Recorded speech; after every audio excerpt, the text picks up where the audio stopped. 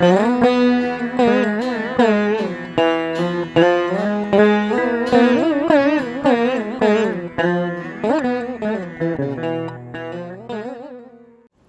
ஸ்ரீ கல்கி அவதார அகத்தீசாய நமோ நமக.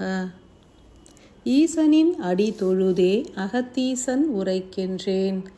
ஒரு மண்டலம் எனப்படும் புவியின் 48 தின சுழற்சியின் எல்லையில் வீற்றுள்ள மானுடர்களே, ஆத்ம காயத்ரி மந்திரமும் அதனை நோன்பு எனும் வடிவில் பக்தியோடு ஏற்றிட்ட நிலையும் சக்தி வாய்ந்ததாகும். இப்புவி மண்டலத்திற்கும் மானுட குலத்திற்கும் நீங்கள் ஆற்றிய சேவை என்பது உயரியதாகும். ஒவ்வொரு முறையும் ஆத்ம காயத்ரி மந்திரம் உரைக்கையில் எண்ணற்ற ஆன்மாக்கள் விழிப்படைகின்றன எனும் சத்தியத்தினை உணருங்கள். விழிப்படையும் ஒவ்வொரு ஆன்மாக்களையும் யாம் எளிதாய் ஈர்த்து எமது ஒளியிழைகளோடு பிணைத்து கொள்கின்றோம். மகா யாகங்களில் பங்கேற்கும் ஆன்மாக்கள் 12 தெய்வங்களின் ஒளி இழைகளோடும் பிணைக்கப்படுவர். ஒவ்வொரு ஆன்மாவும் இறை தொடர்பு பெற்றிட எமது சேவகர்களே உதவிடல் வேண்டும். நீங்கள் ஏற்ற நோன்பின் மூலம் கிட்டிய பலன் யாது என்பதனையும் உணருங்கள்.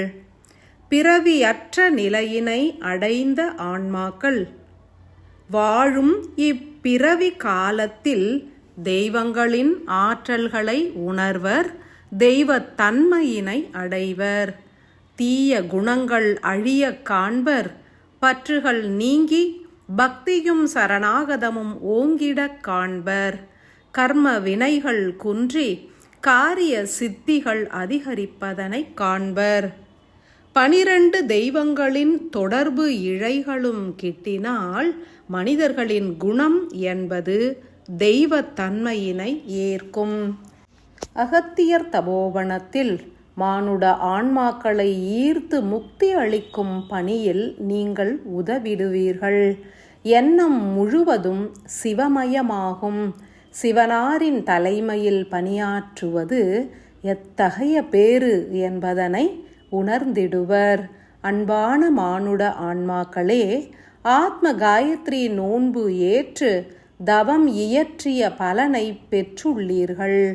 ஆதி சிவனின் அருளினை பெற்றிட எளிதான மார்க்கம் உண்டு எனில் அம்மார்க்கம் என்பது ஆன்மாக்களை விழிப்படையச் செய்திடும் ஆன்ம காயத்ரி மந்திரம் உரைப்பது மற்றும் மற்ற பிற ஆன்மாக்களையும் விழிப்படையச் செய்வது ஒன்றே.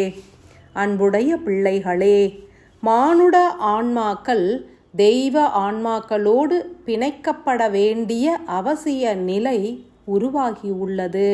பாதாள வாழ்வினை ஏற்றிட முனைகின்ற ஆன்மாக்களை காத்திடல் வேண்டும்.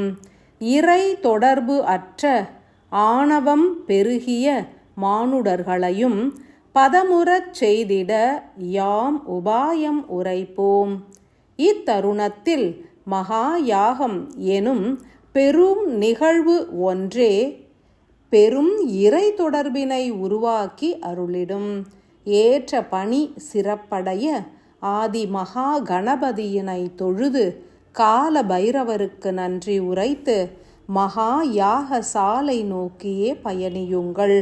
உங்களுடைய பாதங்கள் புண்ணிய ஸ்தலத்தினை அடைந்து ஆதிசிவன் ஆதிசக்தியின் பேரருளினை பெற்று ஆனந்தம் எய்தட்டும். காத்திருக்கும் யாம் எமது பிள்ளைகளை வரவேற்று மகிழ்கின்றோம். அன்பான ஆசிகள்.